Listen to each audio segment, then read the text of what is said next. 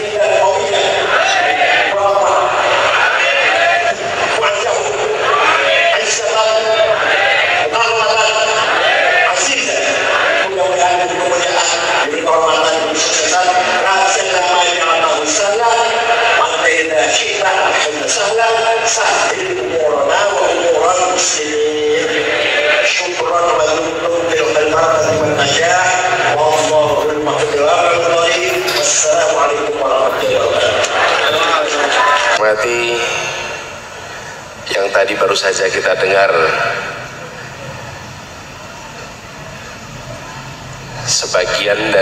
bagian kecil dari apa yang beliau miliki. Saya setiap kali mendengar beliau memberikan tausiah, rasanya seperti mendengarkan ensiklopedia berjalan.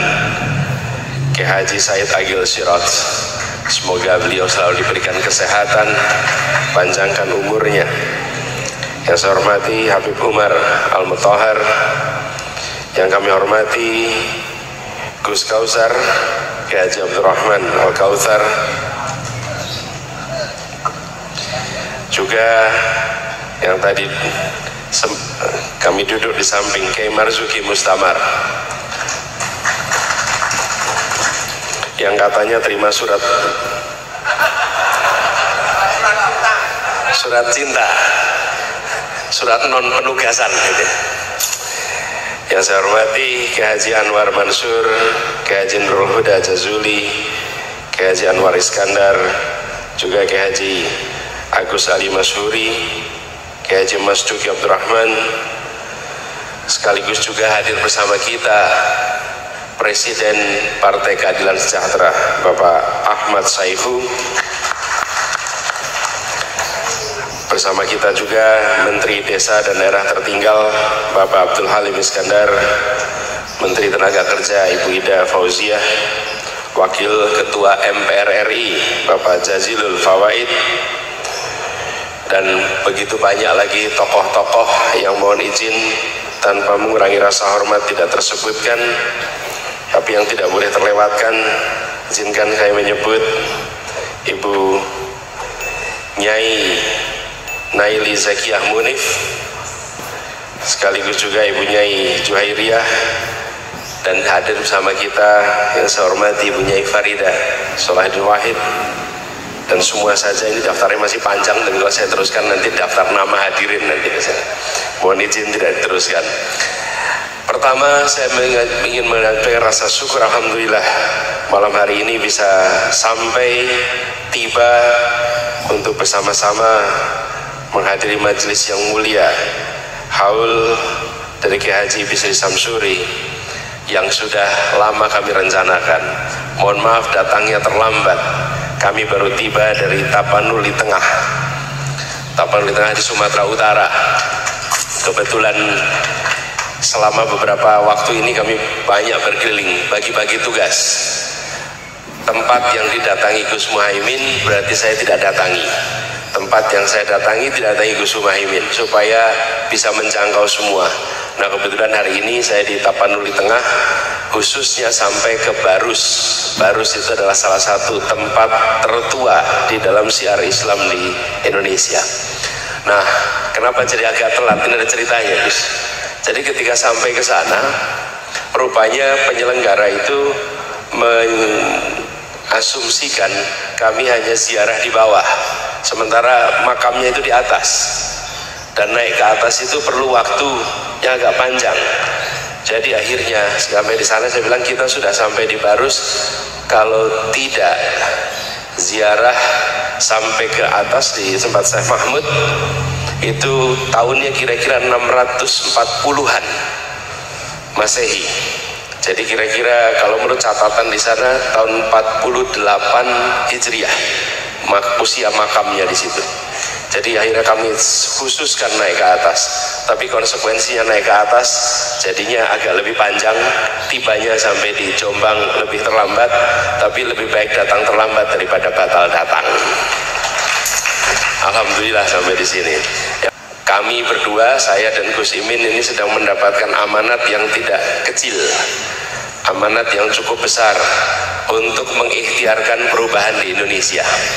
Dan tadi yang disampaikan oleh Kiai Said, terutama sila kelima, menghadirkan keadilan sosial. Ini yang beberapa waktu ini hilang. Kita menginginkan Indonesia yang adil makmur buat semuanya. Jangan adil makmur untuk sebagian dan bagian besar lainnya hanya menonton saja. Karena itu melalui ikhtiar yang kita kerjakan, insya Allah bersama-sama mudah-mudahan nanti tanggal 14 Februari bisa menjadi hari perubahan Indonesia. Sehingga kita menginginkan agar keluarga-keluarga di Indonesia merasakan kehidupan yang lebih tenang, yang lebih nyaman. Tekanan ekonomi yang luar biasa besar dirasakan oleh keluarga-keluarga itu menjadi lebih baik, insya Allah. Ini semua prosesnya seperti kita ketahui relatif berjalan luar biasa cepat. Bulan September yang lalu kami tiba di Denanyar ini, kira-kira tanggal 9 atau 10 ya Gus ya, di sini kumpul. Itu kita barusan jadi pengantin baru waktu itu, karena pada tanggal 2 September ya, 2 September kita berjalan bersama-sama sebuah ikhtiar yang tidak pernah kita bayangkan kita kerjakan bersama-sama. Karena itu ketika kami berjalan bersama dan disingkat namanya menjadi Amin, walaupun sebagian orang terganggu dengan ucapan Amin, tapi kemanapun semua niat baik jawabannya, semua niat baik jawabannya. Nah, ini yang kemarin sempat juga menjadi ramai. Saya sampaikan kepada semua bahwa pasangan yang terjadi dan singkatan yang muncul itu bukan hasil konsultasi dari lembaga atau badan konsultan komunikasi. Ini singkatan yang mengaturnya, istilahnya kalau di sini apa, kantor pusat, apa? Dekengan pusat. Aturannya dekengan pusat ini. Ini bukan aturan kita yang mengatur. Tapi alhamdulillah kami bersyukur. Mengapa? Saya kuliah di Gajah Mada, Gus Imin kuliah di Gajah Mada. Kami berdua waktu itu aktif di dalam gerakan mahasiswa.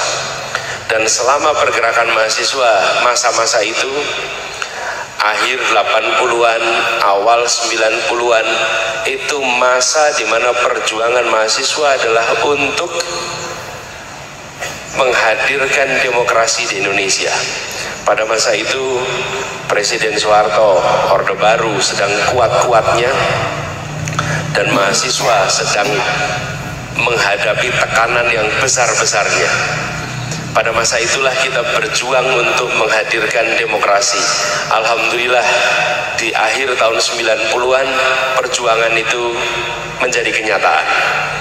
Yang kami tidak pernah bayangkan bahwa Gus Imin dan saya 25 tahun kemudian tersambungkan kembali untuk mengembalikan rel demokrasi yang ada di Indonesia ini. Bila dulu kami berdua berjuang mengikhtiarkan demokrasi, sesudah perjalanan 25 tahun, kok demokrasi kita agak berubah sekarang. Agak berubah.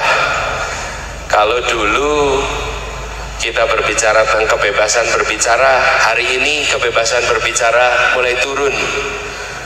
Bahkan menyebut nama pemerintah Indonesia saja, menyebutnya pemerintah Wakanda. Nah, ini saya lihat ada yang bawa kaos ini, Wakanda no more, Indonesia forever.